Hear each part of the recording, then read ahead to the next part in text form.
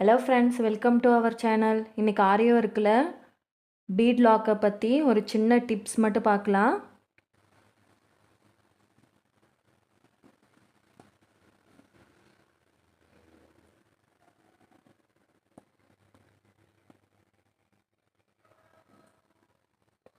இப்போ பாருங்கள், நான் த்ரெட்டை மேலே எடுத்துட்டேன்.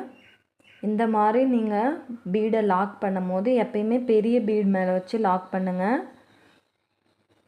நீங்கள் இந்த மாதிரி லாக் பண்ணும் போது நம்ம கிளாத்தை ஃப்ரேம்லேருந்து ரிமூவ் பண்ணதுக்கப்புறம் நாட் கலண்டு வரத்துக்கான சான்ஸ் நிறையவே இருக்குது. இப்போ பாருங்கள், இது இப்போ லாக் ஆயிடுச்சு. இந்த நாட் நம்ம கிளாத்தை ஃப்ரேம்லேருந்து ரிமூவ் பண்ணதுக்கப்புறம் லூஸ் ஆகிறதுக்கான சான்ஸ் நிறையவே இருக்குது.